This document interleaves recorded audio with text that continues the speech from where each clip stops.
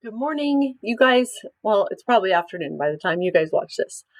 More of our awesome Thanksgiving books. Today we're reading The First Thanksgiving by Linda Hayward, illustrated by James Watling. Beautifully illustrated, well written. I feel like this is a really good complete story of what the Pilgrims went through when they landed in Plymouth, how they even actually all the way across the ocean. Great story, right down to keeping Thanksgiving as a national holiday. So notice those things we've been talking about in library and at other books.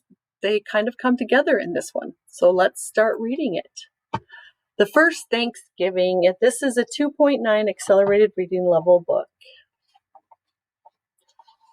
And I really loved this is the title page, like we know, but I loved that they were thankful for the people that helped them make it historically accurate at the Plymouth plantation. And I was like, what's that? So I Googled it. It is so cool. They have rebuilt the Plymouth plantation. Go check it out on you can Google it or check it out on my website. I put a whole bunch of links on there about it. They've rebuilt the Mayflower, and it is in Plymouth right now for the 400th anniversary of this landing. Pretty cool. Plymouth, England, 1620, 400 years ago. A ship is in the harbor taking on passengers. The people going aboard seem too poor and too ordinary to ever be famous. And yet their names are now in history books. Now, almost 400 years later, we still tell their story, exactly 400 years later. These are the people we call the Pilgrims. They are about to sail to a strange new land called America. They've been warned that Indians may attack them. Even the voyage will be dangerous. There may be pirates or hurricanes. Many a ship had sailed off and never been seen again. The Pilgrims are risking their lives. But why? Why did they go? What was their why? It started with the king. The king declared that everybody must belong to his religion. The Pilgrims wanted their own religion. They tried meeting in secret, but the king sent spies to watch their houses. He sent soldiers to arrest their leaders. Even their neighbors turned against them. So the Pilgrims decided to leave England. They weren't safe in England, so they might as well go. This is such a cool illustration of the cross section of the Mayflower. The Mayflower was actually a cargo ship. It wasn't like a passenger ship. So they went on as cargo, basically. You can see from this illustration, there's all the Pilgrims. Now, at last, they are on the ship that will take them across the ocean, the Mayflower. Other people have joined them. Everyone hopes for a better life in America. They have given up their houses. They have said goodbye to their friends. They have said goodbye to England, too. The Mayflower is on its way. The ship is crowded. There are 102 passengers in all. Most of them must stay in one stuffy place below the deck. It is cold and damp. There is no water for washing and no toilet. Every day the Pilgrims eat the same meal: pickled beef, cheese, and dry, hard bread. Some of the bread is full of worms. Even the water tastes bad. That would be really hard. Halfway across the ocean, the Mayflower is hit by a terrible storm. Week after week, huge waves crash across the deck. It seems as if the small ship will break in two.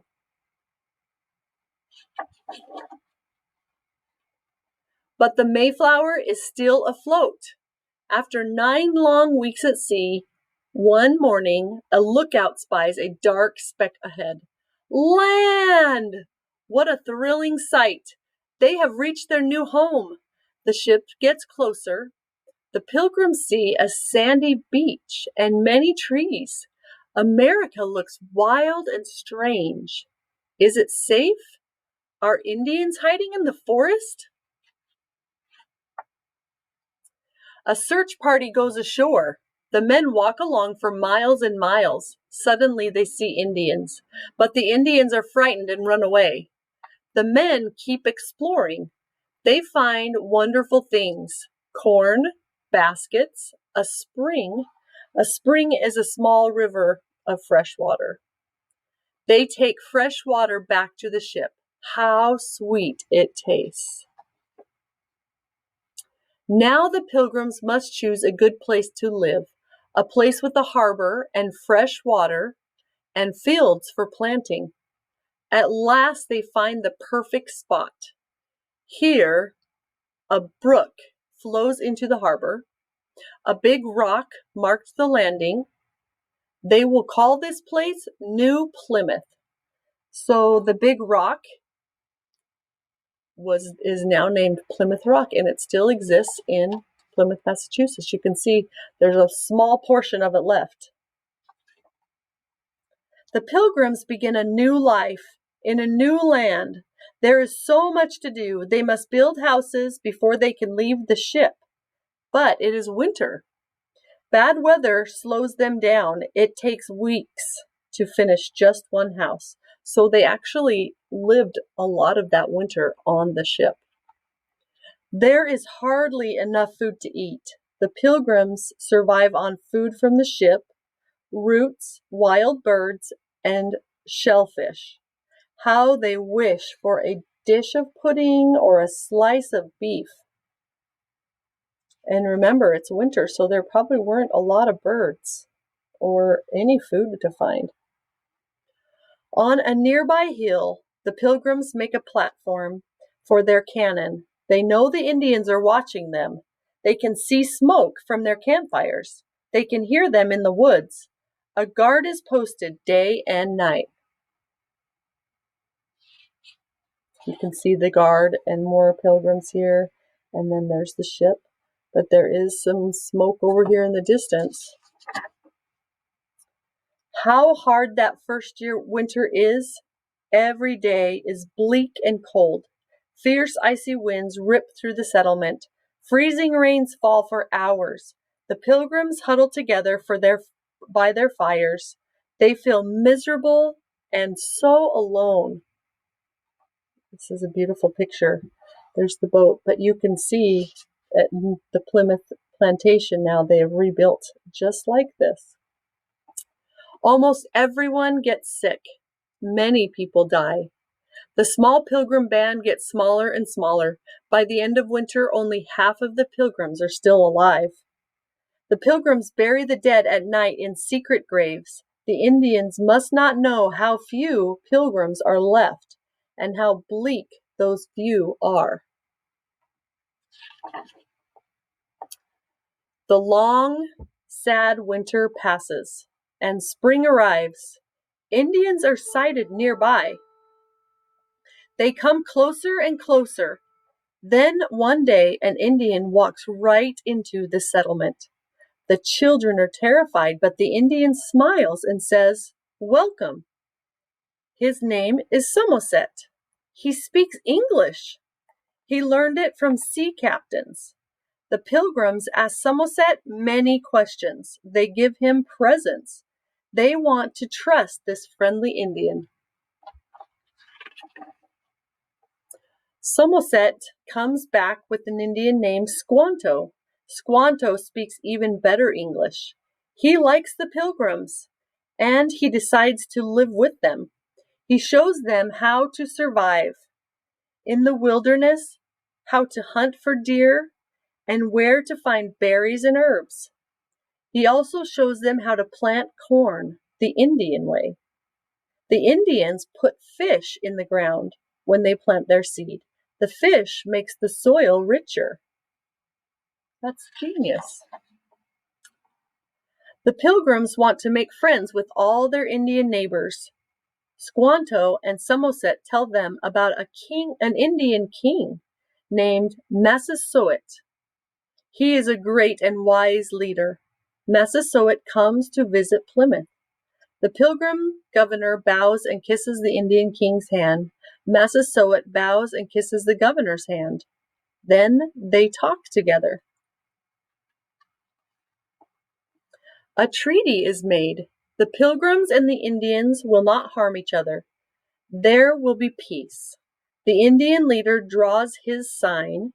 The governor writes his name. This treaty is kept for 54 years. In April, the Mayflower sails back to England. The Pilgrims are sad to see it leave, but not one of them leaves with it. They all want to stay in America. The Pilgrims work hard all summer. In the fall, the fields are full of good things to eat. It is a time of plenty for the Pilgrims. How thankful they are. They have food and shelter and new friends and the Indians. The Pilgrims decide to invite the Indians to a Thanksgiving feast. Massasoit promises to come. What a surprise! Massasoit arrives with 90 Indians. The Pilgrims are worried. How can they feed so many people? But Massasoit knows what to do. He sends some men into the forest. They come back with 5 deer. Now there is enough for everyone. The oldest pilgrim says a prayer of thanks. Then the feast begins. Everyone eats so much. Turkey, lobster, goose, deer meat, onions, pumpkin, cornbread, and berries. The feast lasted for 3 days. People eat and sleep, then eat again. The Indians do special dances. The Pilgrim men run races. They have shooting matches. The children play games like tag and blind man's bluff. Everyone has a wonderful time. As the years go by, more people from England come to America. The little town of Plymouth gets bigger and bigger. The children of the Pilgrims grow up and have children of their own, and they have harvest feasts too. In 1863, Abraham Lincoln, the President of the United States of America, makes Thanksgiving Day a national holiday. The first Thanksgiving is never forgotten. The end.